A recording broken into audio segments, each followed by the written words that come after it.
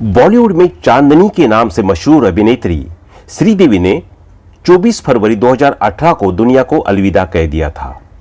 उनकी अचानक मौत की खबर सुनकर कोई यकीन ही नहीं कर पाया था कि अब श्रीदेवी हमारे बीच नहीं रही।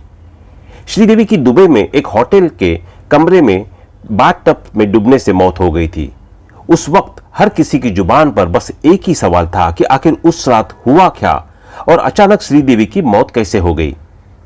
श्रीदेवी के साथ आखिरी समय में उनके पति बोनी कपूर मौजूद थे और उन्होंने ही बताया था कि आखिर उस रात हुआ क्या था। बोनी कपूर, श्रीदेवी और खुशी कपूर एक पारिवारिक शादी समारोह में शामिल होने के लिए दुबई पहुंचे थे, जो कि 20 फरवरी को ही संपन्न हो गई थी। इसके बाद बोनी कपूर किसी काम के कारण लखनऊ आ गए थे और श्रीदेवी दुबई में ही रुक गई थी। इसके बाद 24 फरवरी की रात को श्रीदेवी की लाश को बाथटब में देखकर बोनी कपूर हैरान हो गए थे। उस रात क्या हुआ था और श्रीदेवी से उनकी आखिरी बात क्या हुई, सब कुछ बोनी कपूर ने अपने दोस्त और ट्रेड एनालिस्ट कोमल नाहटा को बताई थी, जिसे कोमल नाहटा ने अपने ब्लॉग में पब्लिश किया था और अपने ट्विटर हैंडल से शेयर भी किया था।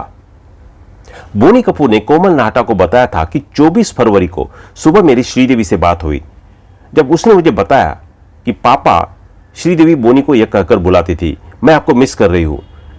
लेकिन मैंने उन्हें नहीं बताया कि मैं शाम को उनसे मिलने दुबई आ रहा हूं। जानवी भी चाहती थी कि मैं दुबई आऊं, क्योंकि उसे डर था कि उसकी मां, जिन्हें अकेले रहने की आदत नहीं थी, अपना पासपोर्ट या कोई जरूरी दस्तावेज खो सकती थी। बोनी कपूर श्रीदेवी को सरप्राइज देना चाहते थे और इसके लिए दुबई पहुंच गए थे।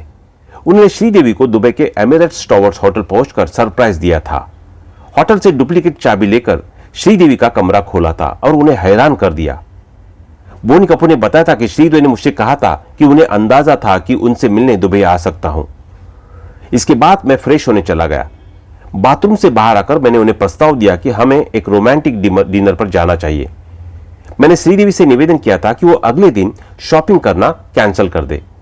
वापसी की टिकट फिर बदली जानी थी, क्योंकि हमने 25 की रात को भारत लौटना तय किया था। शॉपिंग के लिए 25 फरवरी को दिन में काफी समय मिल सकता था। श्रीदेवी अब भी रिलैक्स करने के मूड में थी और वो रोमांटिक डिनर के लिए तैयार होने के लिए वो नहाने चली गई। बोनी ने आगे बताया कि मैं लिविंग रूम में चला गया, जबकि श्रीदेवी मास्टर बाथरूम में नहाने और तैयार होने चली गई। लिविंग रूम में मैं दक्षिण अफ्रीका और भारत के क्रिकेट मैच का अपडेट लेने के लिए टीवी देखने लगा। फिर मुझे फिक्र होने लगी कि शनिवार को सभी होटल में भीड़ होगी। तब करीब 8 बज रहे थे। ऐसे में मैंने श्रीदेवी को लिविंग रूम से ही आवाज दी। मैंने 2 बार श्रीदेवी को बुलाया, लेकिन उनका कोई जवाब नहीं आया।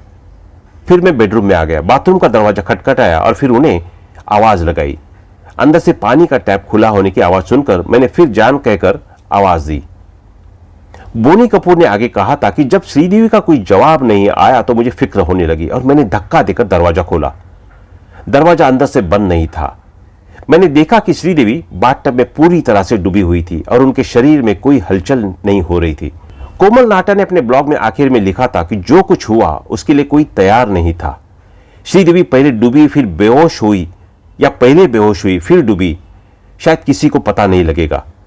बाथटब से थोड़ा सा भी पानी नीचे नहीं गिरा था। श्रीदेवी को शायद 1 मिनट के लिए भी संघर्ष करने का समय नहीं मिला, क्योंकि अगर उन्होंने डूबते हुए अपने हाथ पैर चलाए होते तो थोड़ा पानी टब से बाहर जरूर होता, लेकिन फ्लोर पर बिल्कुल पानी नहीं था। और फिर बॉलीवुड की फीमेल सुपरस्टार श्रीदेवी ने दुनिया को अलविदा कह दिया। आज भले ही श्रीदेवी हमारे बीच नहीं है, लेकिन उनकी यादें लोगों के जहन में बसी हुई है। बता दें कि श्रीदेवी ने अपने 51 साल की फिल्मी करियर में तकरीबन 300 फिल्मों में काम किया था। उनकी पहली फिल्म बतौर चाइल्ड आर्टिस्ट जूली थी।